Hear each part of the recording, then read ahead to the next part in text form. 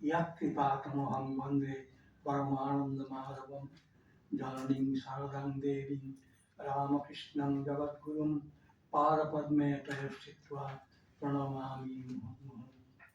Golpark Ramakrishna mission institute of কালচারের অধ্যক্ষ এবং বর্তমান অনুষ্ঠানের সভাপতি পরম পূজ্যপাদ শ্রীমৎ স্বামী সুপর্ণানন্দজি মহারাজ, প্রধান অতিথি আইআইএসটি শিবপুরের প্রাক্তন ডাইরেক্টর পরম শ্রদ্ধেয় অধ্যাপক পদ্মশ্রী অজয় কুমার রায়, গেস্ট অফ অনার আন্তর্জাতিক খ্যাতিসম্পন্ন বৈজ্ঞানিক এবং আইআইটি খড়গপুরের বর্তমান ডাইরেক্টর বিশিষ্ট অধ্যাপক পরম শ্রদ্ধাভাজন সুমন চক্রবর্তী, বিশেষ অতিথি আইআইটি খড়গপুরের প্রাক্তন অধ্যাপক তথা কবি উদয় কুমার চ্যাটার্জি, সংবাদ মাধ্যমের বন্ধুগণ এবং পরম শ্রদ্ধেয় সজ্জন মণ্ডলী, সবাইকে জানাই প্রীতিপূর্ণ সম্ভাষণ এবং বিনম্র শ্রদ্ধাঞ্জলি। এই বইগুলো সম্পর্কে দু এক কথা বলতে গেলে প্রথমে বলতে হয় এই পুস্তকগুলি রচনার প্রেক্ষাপট অর্থাৎ ব্যাকগ্রাউন্ড বা নেপথ্য কাহিনী। কয়েক বছর পূর্বে আমার পরিচিত কয়েকজন বিশিষ্ট শিক্ষাবিদ আমার কাছে প্রস্তাব করেন আমি যেন আমার আত্মজীবনী লিখি। কারণ হিসেবে তারা বলেছিলেন আমার আত্মজীবনী নাকি বর্তমান এবং ভবিষ্যৎ প্রজন্মকে অনুপ্রাণিত করবে, পাবে উন্নতি লাভের নিশানা। কিন্তু এই প্রস্তাবে সায় দিতে আমি অত্যন্ত দ্বিধাগ্রস্ত ছিলাম মূলত দুটি কারণে। প্রথম কারণ, আমার মনের মধ্যে সংশয় ছিল যে আমার জীবন কথাতে সত্যিকারে কতখানি উপাদান রয়েছে যা নতুন প্রজন্মের দিশারি হতে পারে।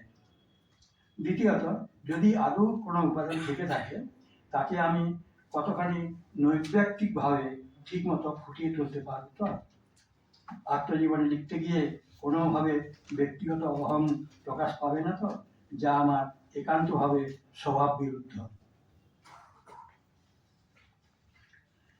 একদিকে মনের মধ্যে এইসব ভীতি, অন্যদিকে শিক্ষাব্রতী বন্ধুদের অবিরাম অনুপ্রেরণা ও উৎসাহ প্রদান। এই দুইয়ের মধ্যে আমার অবস্থা ছিল স্যান্ডউইচের মতো। এহেন মানসিক অবস্থার মধ্যে যখন ছিলাম, এক সময় মনে পড়ল শ্রীরামকৃষ্ণের সেই মূল্যবান উক্তি। শ্রীরামকৃষ্ণদেব বলেছিলেন যে ঈশ্বরের ইচ্ছা ছাড়া গাছের পাতাটিও নড়ে না। এই কথাটি আমার জীবনের বিভিন্ন পর্যায়ে অনেক অস্থিরতা দূর করেছে। তাই ভাবি আত্মজীবনী লেখার শুরু, অগ্রগতি এবং শেষ হওয়া সবই ঈশ্বরের ইচ্ছাতেই সংগঠিত হয়েছে। বেলুড় মঠের বরিষ্ঠ সন্ন্যাসী শ্রীমৎ স্বামী দেবরাজানন্দজি, যিনি রামকৃষ্ণ বিবেকানন্দ ভাব প্রচার পরিষদের জয়েন্ট কনভেনার, আত্মজীবনী গ্রন্থটির ম্যানাস্ক্রিপ্ট আদ্যপান্ত পড়ে বইটির উৎকর্ষ বিশ্লেষণ করেন এবং প্রথম সংস্করণের মুখবন্ধ লিখেছিলেন, যা ছিল একান্ত অনবদ্য। মহারাজ টেলিফোনে আমাকে বলেছিলেন শ্রী শ্রী মা শারদাই যেন তাকে দিয়ে ওই মুখবন্ধটি লিখিয়েছেন। শিক্ষাব্রতী বন্ধুদের পরামর্শ অনুযায়ী গ্রাম বাংলার ছাত্রছাত্রী ও অভিভাবকদের সুবিধার্থে প্রথমে বইটি লেখা হয়েছিল বাংলা ভাষায়। টাইটেল ছিল অচিনপুরের এক পথিক। শিক্ষাব্রতী বন্ধুরা নিজেরাও একটি সংকলন গ্রন্থ প্রকাশ করেছিলেন, যাতে আমার সহাধ্যায়ী, অধ্যাপক, বন্ধু, আত্মীয় এবং আমার পিএইচডি স্টুডেন্টদের অনেকেই আমার সম্পর্কে তাঁদের অভিজ্ঞতা ও মূল্যায়ন সম্পর্কিত প্রবন্ধ লিখেছিলেন। সেই সংকলন গ্রন্থটির নাম তারা দিয়েছিলেন নানা চোখে এক বরেণ্য গণিত সাধক। বাংলা ভাষায় লেখা আত্মজীবনী গ্রন্থ অচিনপুরের এক পথিক বইটির মুখবন্ধে স্বামী দেবরাজানন্দ লিখেছেন, গ্রন্থকারের যাত্রাপথের বিবরণ সকলের কাছেই গুরুত্বপূর্ণ। তিনি অভ্যুদয়কামী হন বা মুক্তিকামী। অভ্যুদয়ার্থী খুঁজে পাবেন কীভাবে সততার সঙ্গে সশ্রদ্ধ চিত্তে কঠোর পরিশ্রম করে উন্নতির ধাপগুলি ধীরে অথচ নিশ্চিতভাবে অতিক্রম করে সম্মানের শিখরে উঠতে হয়। মুক্তিকামীরা খুঁজে পাবেন কীভাবে আধ্যাত্মিক সাধনায় অগ্রসর হতে হবে শ্রীগুরু প্রদর্শিত পথে ঐকান্তিক নিষ্ঠার সঙ্গে সাধনা করে।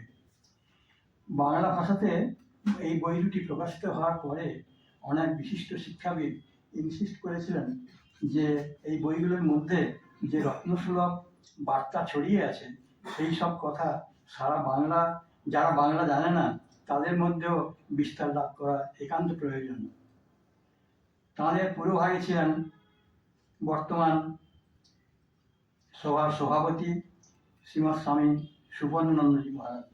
তিনি বলেছিলেন, তিনি ইনসিস্ট করেছিলেন বই দুটির ইংলিশ ভার্সন যেন অতি শীঘ্র প্রকাশিত হয়। আরও অনেকে এই মত প্রকাশ করেছিলেন।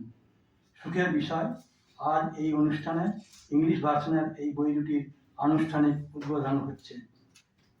আত্মজীবনের ইংলিশ টাইটেল হলো, আপনারা যেমন শুনেছেন, a traveller in an unknown land, এবং সংকলন গ্রন্থটির টাইটেল সম্পাদক মণ্ডলী দিয়েছেন এ ম্যাথমেটিক্স উইজার্ড ইন ডিফারেন্ট আইজ। সংকলন গ্রন্থটি সম্পাদনা করেছেন চারজন বিশিষ্ট শিক্ষাব্রতী: অধ্যাপক ডক্টর হরিপদ মাইতি, অধ্যাপক রণজিৎ নায়েক, শ্রীযুক্ত মন্মথ দাস, যিনি একাধারে একজন বিশিষ্ট সাহিত্যিক এবং ঐতিহাসিক, এবং আমার সহপাঠী বিশিষ্ট শিক্ষক বলাইলাল দাস। দুটি পুস্তকই পাবলিশ করেছেন নয়াদিল্লির সুবিখ্যাত প্রকাশনী সংস্থা অ্যালাইড পাবলিশার্স।